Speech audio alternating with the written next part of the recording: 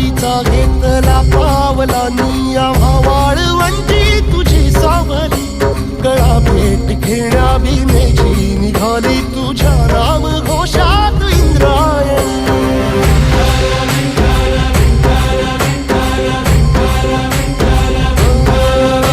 भिडे आसमंती ध्वजा वैष्णवांची उभी पंढरी आज नादावली तुझे नाव ओठी तुझे रूप ध्यानी जीवाला तुझी आस गा लागली